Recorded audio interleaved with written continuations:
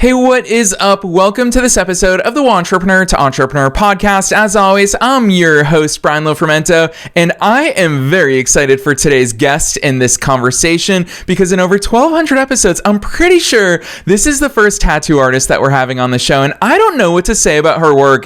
I don't know if I should call it very permanent work or also that her work emphasizes how not permanent so many things in life are, because not only is she a tattoo artist, but she's also a death doula. So a lot of interesting things that we're going to talk about. I'm sure identity is going to come up along the way as well. And of course, she's incredibly creative. So we are all in for a treat getting inside the mind of today's guest. Her name is Arville Persons. Arville is the creative force behind Cosmos Body Alter. She's also a passionate and talented multidisciplinary artist and death doula. She's known for her unique ability to create not just art, but a deeply personal and spiritual experience for each client. With a keen eye for detail and a profound respect for the power of the stories that we carry, she approaches her work as a sacred collaboration, ensuring that every creation is infused with intention and reverence, which I think that these are very high standards for her work. But trust me, as someone who's researched her ahead of today's conversation, she's got some massive raving fans out there because she does really incredible stuff. And like I said, we're not just talking about her work today, we're getting inside the mind of a fellow entrepreneur, an incredibly creative visionary. So I'm not going to say anything else. Let's dive straight into my interview with Arville Persons.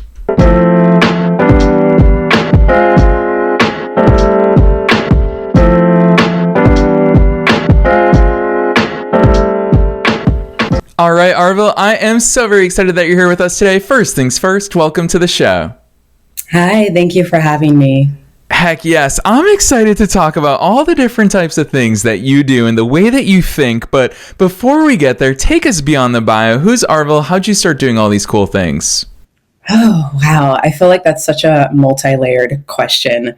I've been tattooing for almost 8 years now, and it kind of found me. I didn't find it. And I don't even know how I answered that question. How do I put that into words?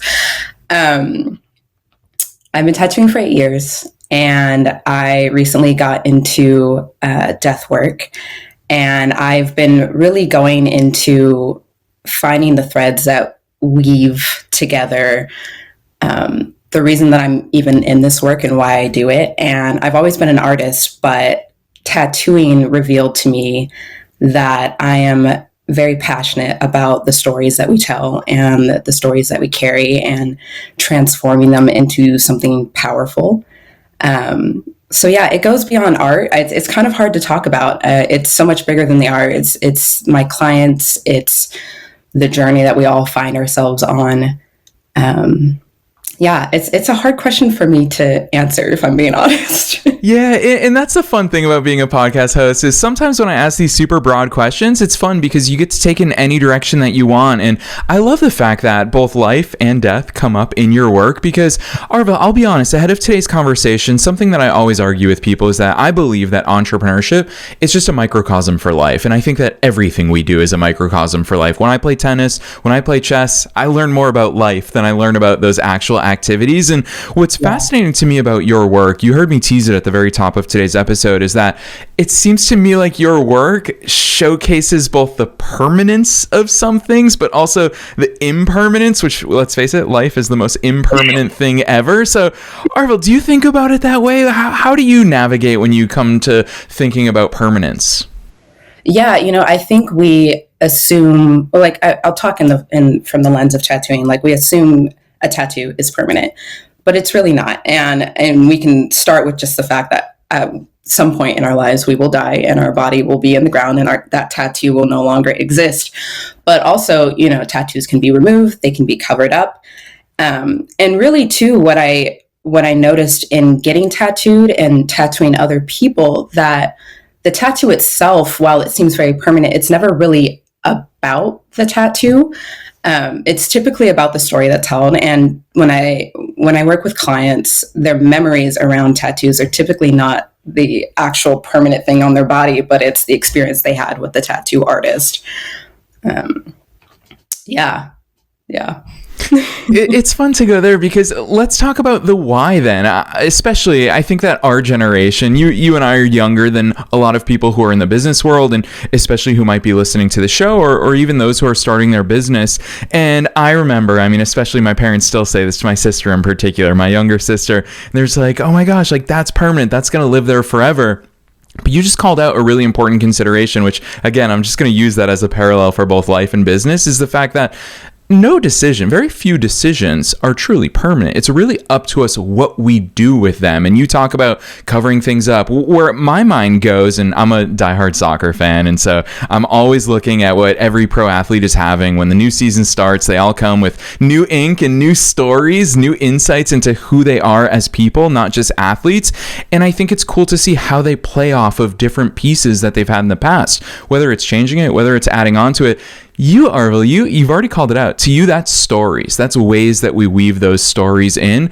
Talk to us more about that stuff, because I think that we do have a tendency as entrepreneurs, especially, to believe that decisions are more permanent than they are, when the truth is we can shift no matter what. Yeah, it's funny. It's very parallel. Like, I feel like I should start with this. When you asked me to be on this podcast, it actually began this spiral inward of really looking at my business and questioning if I still felt connected to it. And if I didn't, what did I need to do to shift that?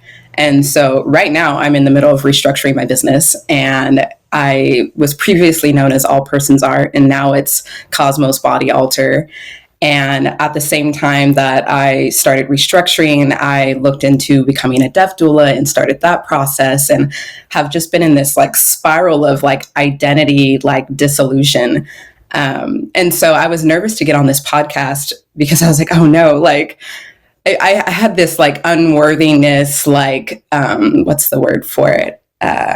Imposter syndrome, because I had dissolved my previous identity. But then I was like, no, this is what it is to be an entrepreneur. It's to start many businesses, and to not be scared of the change that comes in the process of having a business. I mean, it's a very spiritual experience to be an entrepreneur. Yeah, I love that. And it's why I've always loved that quote. I mean, I started my first business when I was 19. So I'm 17, 18 years into this journey, and I've stopped, I've restarted, I've pivoted, I've twisted, I've turned, all of those things. And all of us do that in life and in any career path. It's not unique just to entrepreneurs, but I've always loved that quote and that concept of you never start from scratch, you start from experience. And Arville, that's part of what I think is so exciting about your personal journey, as well as the tons of clients that you've worked with and you've helped them to tell their stories, is that you openly recognize, yeah, I mean, I carry the things that have happened to me before through with all of these things. And that's why I like to think that all of us people, we age like fine wines, is that we get better over time and we do leverage that experience. Talk to us about that part of it, especially because you bring up identity. That's a conversation that I love jumping into here on the air. And I think more entrepreneurs need to talk about it, because our identity partially shapes our reality. I'd love to hear the things that you're kicking around in your head. Yeah, there's something, I think people who get tattooed are very brave, because our identity is constantly shifting. And so we're essentially wearing the different phases of our identity on our skin. And we may change our mind and not be that person anymore, but we still wear the badge of honor of what we used to be. Yeah, talk about that then, because the badge of honor, I like that attitude. And I actually think that's an attitude that we all need to embrace more, not just in entrepreneurship, but in life. Arville, I've actually never asked a tattoo artist this, and I've never asked someone who has tattoos this. Are there tattoos that you have regretted? Are there those ones that you've said, you know what, this is just a badge of honor, however I feel about it now? Oh yeah, absolutely. I have a lot of cover-ups on my body, and I don't regret the experience because it was where I was at. But that also doesn't mean I necessarily have to keep it. So I chose to cover up some of my history and chose to keep some of it that was rooted in more love. But I have a piece on my shin that I tattooed on myself, which I've since learned that I'm not a big fan of tattooing myself because I change so often that my love for my own work shifts a lot. And it's easier to love somebody else's work on me, even if my identity shifts, because I'm like, oh, it's like a memory of this nice experience with someone. But I tattooed myself back in 2019. I tattooed an anime piece on my shin because I was doing a lot of anime tattoos at the time. And this was before I was solid in my sense of identity. And so I was going to anime tattoo conventions and I was like, oh, I need an anime tattoo to be an anime tattoo artist. And so I tattooed my current favorite anime on myself. And I loved it for maybe a year. And then I was like, why did I do that? I don't need to prove what I love by putting it on my body. So I've since covered that one up.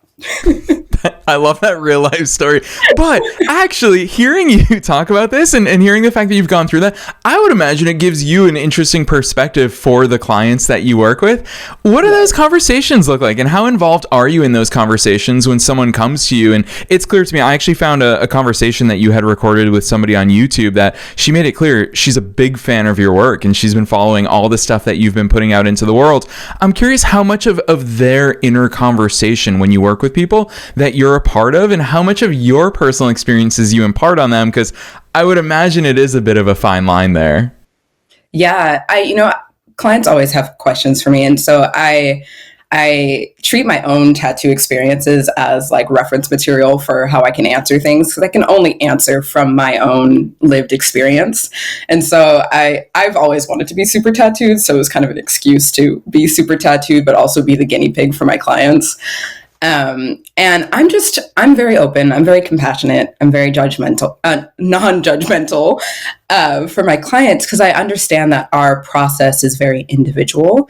And, I try to create a space where they feel safe to be in their process, but also to question maybe the whys behind their choosing something, and to get to the root of like the real, I don't know if meaning is the right word, but the root of why they're choosing a certain avenue to express their tattoos.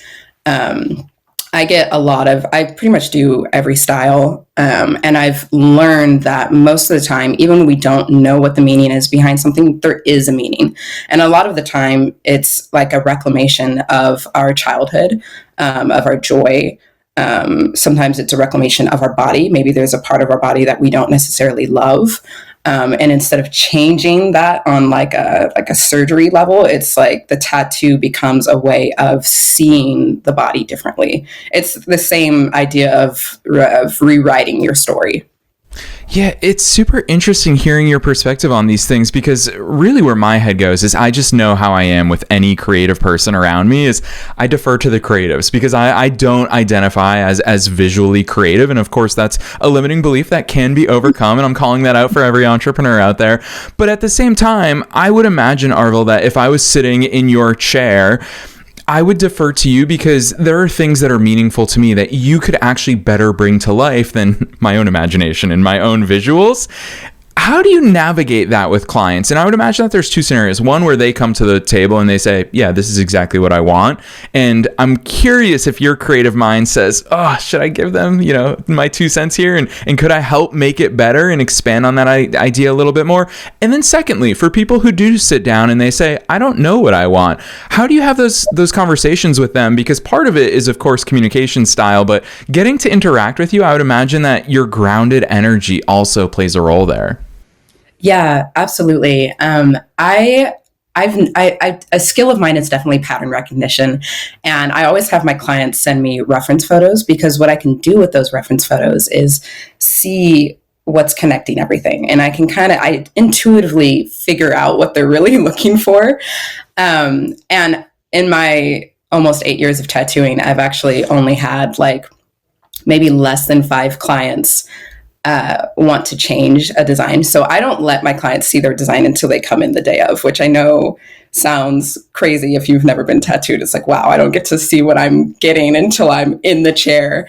But I've noticed that if you let a client see the work before they're there in that moment in person, we tend to get really in our head about the design, and then we go and we outsource to other people for like, do you like this, or like, what do you think of this idea? And then now it's no longer about their experience. They've like outsourced it to everyone else's opinion, and that usually messes up the flow of what they're truly desiring.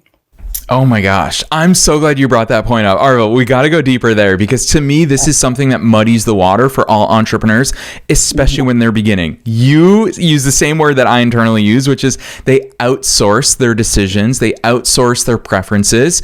And I've seen it with logo designs. I've seen it for websites. I've seen it in all these different ways. You already brought up what I suspect is an antidote to that you personally lean on a lot. You've already brought up intuition. And that's something that I very much believe in, is the fact that so many times when I've been faced with decision points, coming back to our intuition 9 times out of 10 happens to be the right call. But of course, that's easier said than done. Talk to us about outsourcing, what you've seen, and if you've got personal anecdotes that you're willing to share as well, we'll take those. But then I'm so excited to hear you talk to our audience about that intuitive piece, because a lot of times, especially when we're newer at things, is we don't trust it. We dampen that inner voice, and then we do end up outsourcing things. Please give us your perspective there. Yeah, I think that in the few experiences I had where a client did outsource, it was typically rooted in how they would be perceived by society. And so a lot of times that's connected to trends, like, oh, this is not trendy, which I'm like, trends end, trends die, they shift all the time. And so even though I don't show a client the design until they come in, I leave room for changing it. So my motto is, if you come in and you don't like the design, we can work on it that day. If we don't get somewhere with it, then we can reschedule the appointment. I don't want people to feel pressured because they have to get the design the day of. They don't. And this business is more than a business for me. It is a spiritual experience. It is a community experience. It's a co-collaborative experience. And so I take my time with my clients. Like, well, I've re-stenciled things over, like, I think I spent 2 hours re-stenciling a piece recently because we just couldn't find the right place for it. As much as it's impermanent, it is permanent. And so I just want people to feel safe, to have a voice, to change their mind, even when there's money on the line, because to me, that's not the root of what this is. And yeah, I think when I'm with the client in person, that intuition, it's just natural. I think because it's just me and them, it flows naturally, and the outside world doesn't get in the way.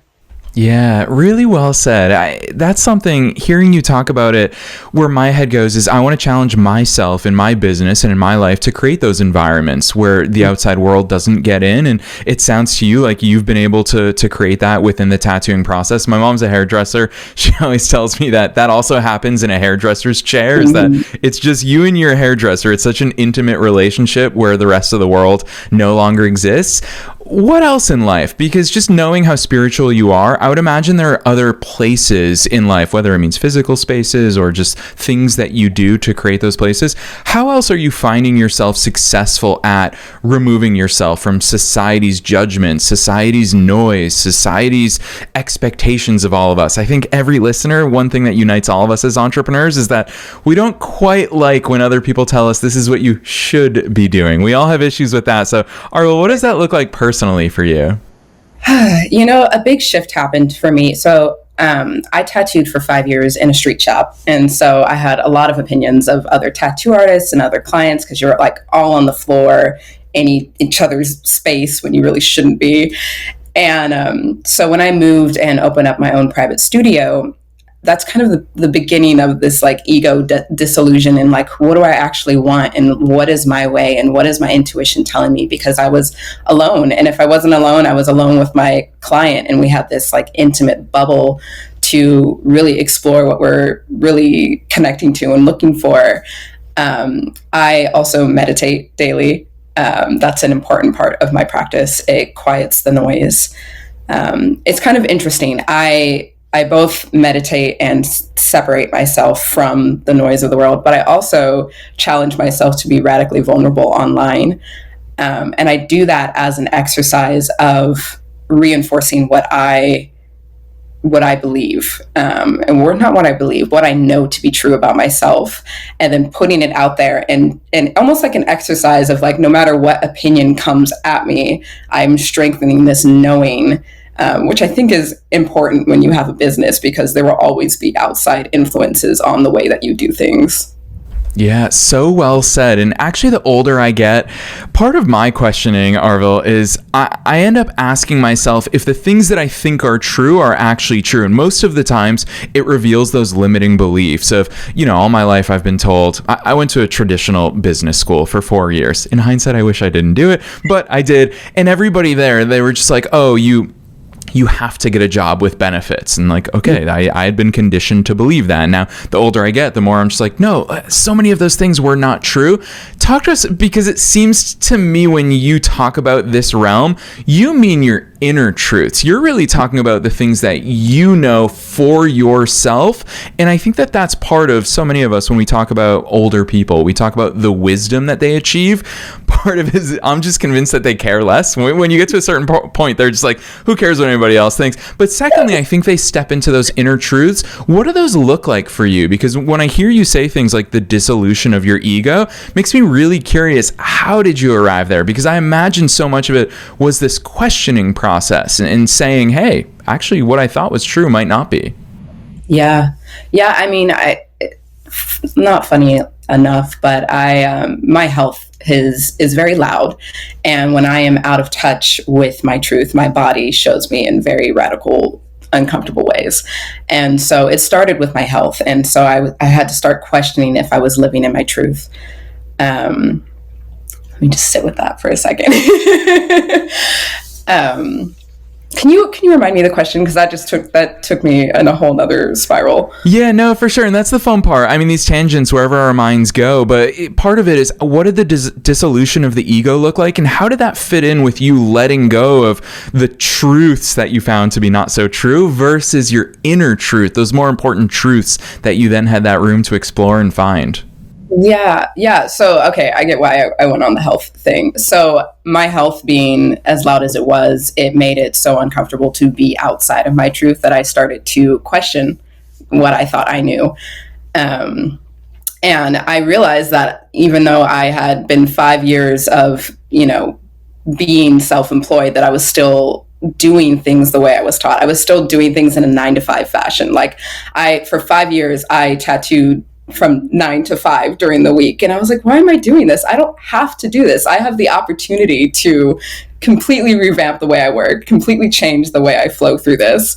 But because we're so deeply trained to do something a certain way, there's so much fear in the unknown. The unknown is unknown. I like to think of it as the creation portal. Like when you're falling into the unknown, you are in pure creation energy. But pure creation energy can't be built from what we know, because what we know is built of the past. And so if you're trying to delve into something new or create something new, it can't be built from the past.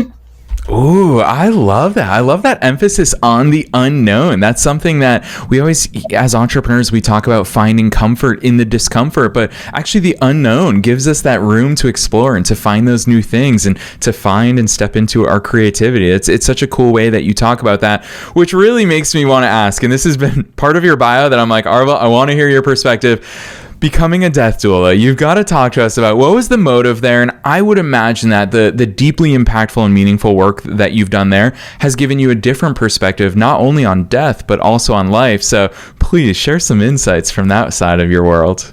Yeah, I find that things are a lot less confusing when we live like we know we're going to die. And we all know we're going to die, but we don't seem to live that way until health issues come up, or old age, or some accident happens. And so I started to get really curious about that. And I've always been really interested in death. And I didn't even know being a death doula was an option, a thing. And so when I found it just was so heart aligned, and it brought me to presence. I realized to be fully present is to be present with the fact that you are alive, but that you are also dying. I mean, as soon as we are in this world, we are heading towards death. And I think if we are to be really present with that fact, I think we live life very differently. And so entering this work has been so impactful for my own life, but also for my tattooing. I'm like, and my entrepreneurship, I'm like, if I am not aligned with what I'm doing, I need to shift it, because I'm not guaranteed tomorrow. And even if I was guaranteed tomorrow, why would I wait? You know? Yeah, it's really cool. I'm going to use that as a segue. I'm totally going to put you on the spot right now to talk about your new book, because I'm so fascinated by, obviously, we love featuring incredible entrepreneurs on here. And to me, really, your self-employed journey, which I'm just going to throw that label of entrepreneur on there, because self-employment comes in so many different shapes and sizes. And part of it recognizes, or starts with us recognizing our ability to pave our own path. And you even called out, I don't want to work 9 to 5. Most of us don't want to work 9 to 5. Why is that standard operating procedure? So huge kudos to you. But also, on top of all the other stuff that you're doing, you've got a new book. I'd love for you to talk to listeners about that. What sparked it? But then secondly, Arville, I'm going to give you some public praise, because a lot of people have ideas for books. You actually sat down and put the work in. So what did that look like? And tell us all about it. You know, I think I feel crazy sometimes, but I think the craziest people are the best people. So whenever I say that to myself, I'm like, yeah, I'm doing something right.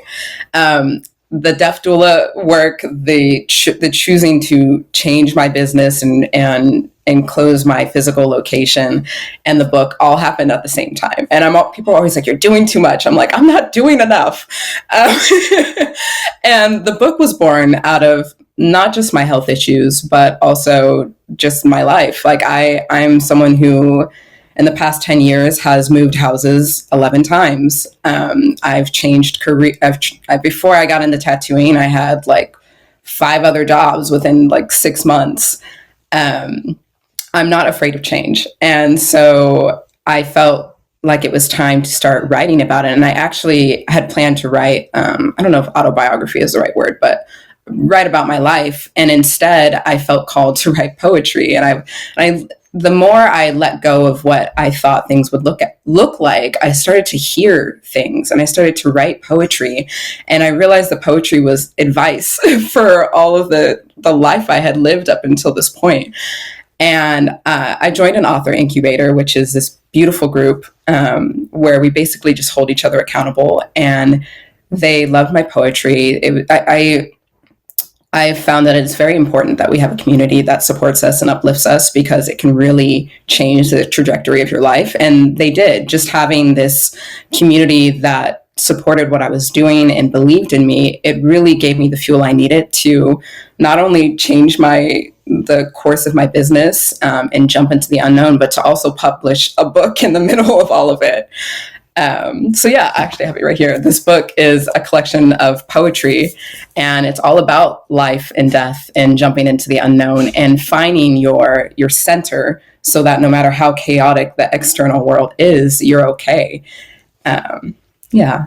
Ooh, I love that. I'm honestly so excited to dive into that. Arville, I hope it's on Kindle, because I'm a sucker for a good Kindle book, although I see how beautiful and cool the cover is. So that's a rare time where I feel like having the physical copy is also really cool to have on your desk or in your bookshelf. So I'm going to ask you this next question just because I'm personally curious and I have no idea what you're going to answer it.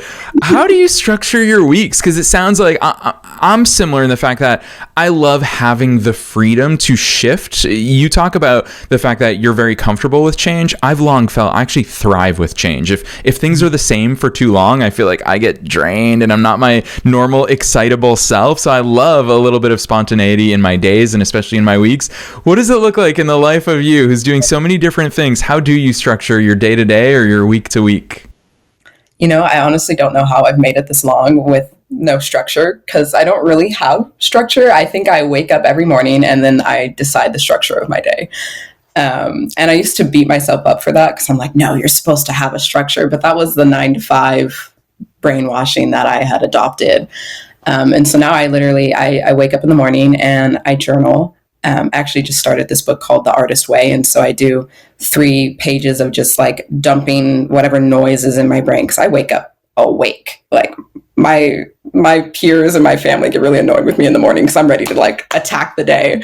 And so I spend the morning, I meditate, and then I brain dump, and then I write what I need to get done for the day. And every day is a new day. I don't know what's going to happen next week, tomorrow, next month. I have no clue. And it sounds crazy. And I spent years being terrified of the fact that that's just the way that I function best. But I've been, self-employed for 6 years now and making a living off my art and being okay. So obviously it's working. Yes, I love that. Arville, I'm going to share that. Okay, you and I definitely have a few differences. Like, I do not wake up high alert. And that's why anytime I would tune into business podcasts, they would say, you got to wake up at 5 a.m. and you got to work out and you got to meditate and you got to journal. I was just like, but that's not me. Like, I'd rather work until 3 o'clock in the morning, and I feel great doing that. So I love the fact that you just gave permission to our listeners of there's no such thing as what you're supposed to do. Like, step into what works for you. And I think that that's very important advice. I'm going to put you on the spot for advice one last time. It's the question that I ask at the end of every episode. It's super broad, so you could take it in any direction you want, and that is, what's your best piece of advice for listeners? Knowing that we're being listened to by both entrepreneurs and entrepreneurs at all different stages of their own growth journeys, and also knowing that you are one of us, you are a fellow entrepreneur yourself, what's that piece of advice that you want to leave them with? Don't be afraid to fall. When we fall, we're falling forward. You want to live life like you're going to die, and just do it. Follow your joy, follow your heart. Our mind is a tool for our heart. So let your heart lead. Boom. I love that. Arville, I knew you'd have some unique advice. In over 1,200 episodes, it's the first time that I think anyone has offered that to our listeners. So I'm so grateful for the way that you show up. I'm also very excited. You and I talking about this stuff on a podcast is one thing, but listeners going further and checking out your work, seeing your work with their own eyes, it's a totally different experience. So for listeners who do want to find you online, drop those links on us. Where should listeners go from here? Yeah, my website is cosmoslosterhead.com, which is, I have a personal Instagram, which is cosmoslosterhead. That's my digital diary where I'm just vulnerable. And then I have my Instagram for my tattooing, which is Cosmos Body Altar. Yes, and listeners, you already know the drill. You don't have to go very far for those links because we are dropping them down below in the show notes, no matter where it is that you're tuning into today's episode. So definitely find Arville in all the places. Just click right on through. Even if you're on the go, refer back to the show notes. Otherwise, Arville, on behalf of myself and all the listeners worldwide, thanks so much for coming on the show today. Thank you.